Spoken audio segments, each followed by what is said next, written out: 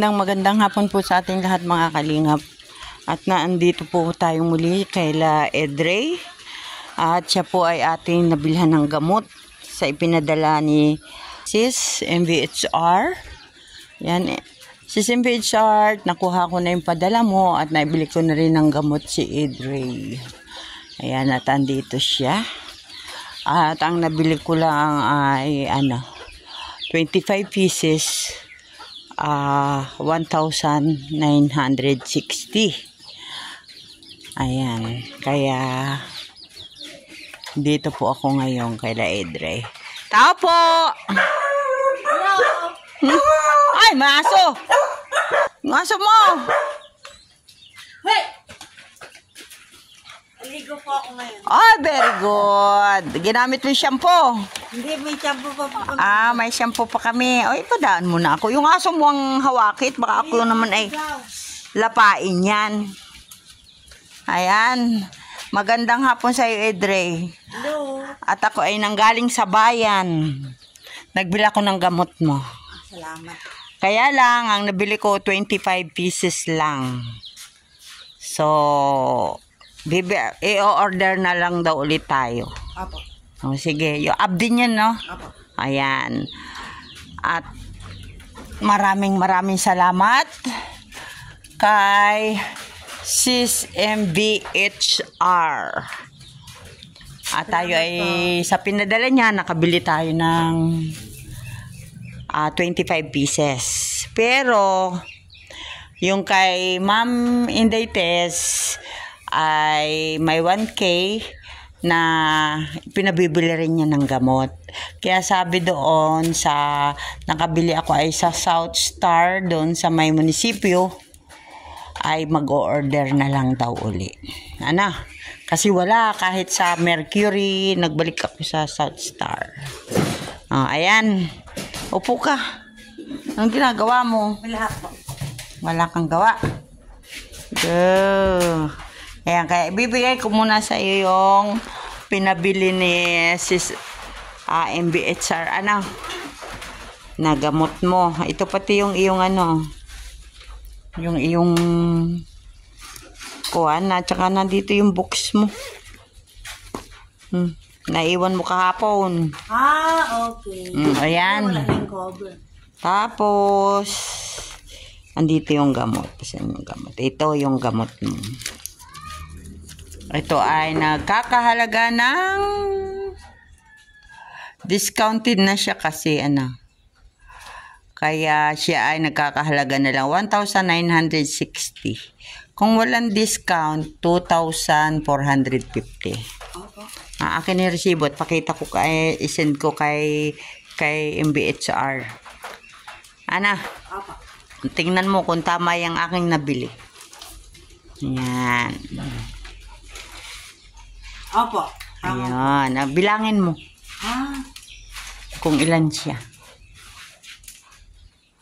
1, 2, 3, 4, 5, 6, 7, 8, 9, 10, 11, 12, 13, 14, 15, 16, 17, 18, 19, 20, 21, 22, 23, 24, 25. Yan. 25 pieces. So, Okay.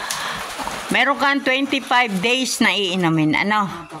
Ngayon, kung tatawag sa akin yung South Star, kasi mag-order muna sila, yung tatawag sa akin at sabihin mayroon na, yung 1K na galing kay Ma'am Indaites TV ay ibibili ko ulit. Okay. Para hindi ka nawawalan ng gamot.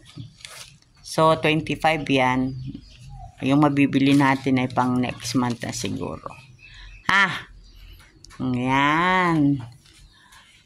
Okay lang kung natutuwa ka ba't may gamot ka na? Ayan. Ayan, pasalamatan mo ang ating mga nagpadala ng pambili. Ako po ay nagpapasalamat ng marami kay Ate Indaites TV at kay Ate MVHR dahil pinadala niyo po ako ng pambili ng mga gamot. Ayan. Sabihin mo din kung ilan yung una nating nabili. Ang nabili po ni Ate Lydia na gamot ko ay 25 pieces na abdin. Ayan. Malaking tulong po ito. Ito po yung sa isip. Ayan. Kaya sa susunod, meron pa sa akin natitira, ibibili naman natin yun nung gamot uli pag may ano, kasi hindi natin alam kung kailan na naman yan masusundan, ha? Opo. Yan, kaya kailangan nakapokus ka sa tayo sa gamot mo, dahil pag nawalan ka, alam mo nang nangyayari. Opo. Diba? Salamat po sa Panginoon dahil ginamit niya ang instrumento si Ate Inday Test TV at Ate MVHR para ako ay makabili ng mga gamot. Yan. Kaya yung isa mong gamot, kung may mahihingan tayo diyan sa district, Opo. hingin na lang, kasi nagtanong ako magkano isa nun, 58 pala ang isa niyan. Nangalin po. Yung clozapine po. Clozapine, oo. Ano? Opo. Ayan, at ako ay uwi na at ang lakas ng ulan sa bayan. Opo. Kanina pa kaya ako maga sa bayan. Kasi doon sa pinagpadalhan ng pera, 12:30 pa nagkaroon sa LBC kasi. So, nagpunta muna ako doon sa kapatid ko, doon ako nagtanghalian sa Rosario. Tapos ay 1 o'clock bumalik ako, meron na. Ayan, maraming salamat po sa inyo at nagkaroon na uli ng gamot si Edre na almost 1 month na yan. Meron pa tayong pambili. Sa akin na muna yun, ha? At ibibili natin kasi pag naubos yan, meron ka pa uli. Kaya lang, hindi ko lang alam kung magkano o kung ilan yung aabuton ng 1K.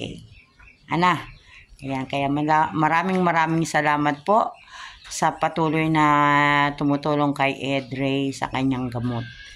At sana tuloy-tuloy lang ang iyong paggagamot, Pero tulungan mo rin sarili mo, Edre. Ha? Kasi pag hindi mo tinulungan ikaw yung una-unang makakatulong. Kagaya nga niya, hindi ko alam kung kailan naman may susunod. So, tulungan mo din. Hindi naman yung ikaw ay nakadepende lang sa gamot. Kasi hindi naman biro pagbili ng gamot, mabuti habang may nagpapadala.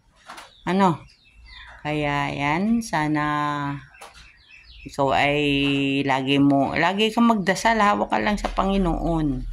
Andyan lang yan. At saka kung ano man yung mga gumugulo sa isip mo, labanan mo, idasal mo lang. Ha? Kung ikaw may Bible dyan, basahin mo kung ano yung mga pagsubok na dumadating sa iyo, na andyan lahat yan, kung ano yung mga dapat mong gawin. Kaya, yan. Ingat ka palagi at lagi mong tatandaan na huwag mong kalimutan yan. Oo, kasi mahirap na pag ikaw ay bumalik sa dati. Hindi ko alam kung mayroon pang magpapadala sa atin, ha? Huwag tayong aasa na mayroon pa. Basta lagi mong iisipin, magaling ka na, okay ka na. Hindi mo kailangan ang gamot. Yun ang lagi mong tatandaan sa sarili mo. Alang-alang doon sa anak mo. Ha?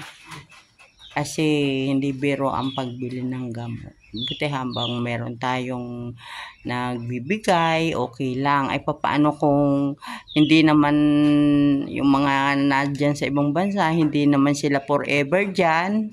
Siyempre may pagkakataon na sila ay uuwi rin sa sarili. Ang buhay dito sa Pilipinas ay napakahirap. Mahirap kumita ng pera dito sa atin. Ha? Kaya sana tulungan mo sarili mo. Ayan, babay na. At ako uuwi na. At ang lakas ng ulan. Ako magpupunta pa ako ng mga unan. May gagawin ako. Sige, bye-bye. Ingat kayo ng anak mo. Sige, bye-bye.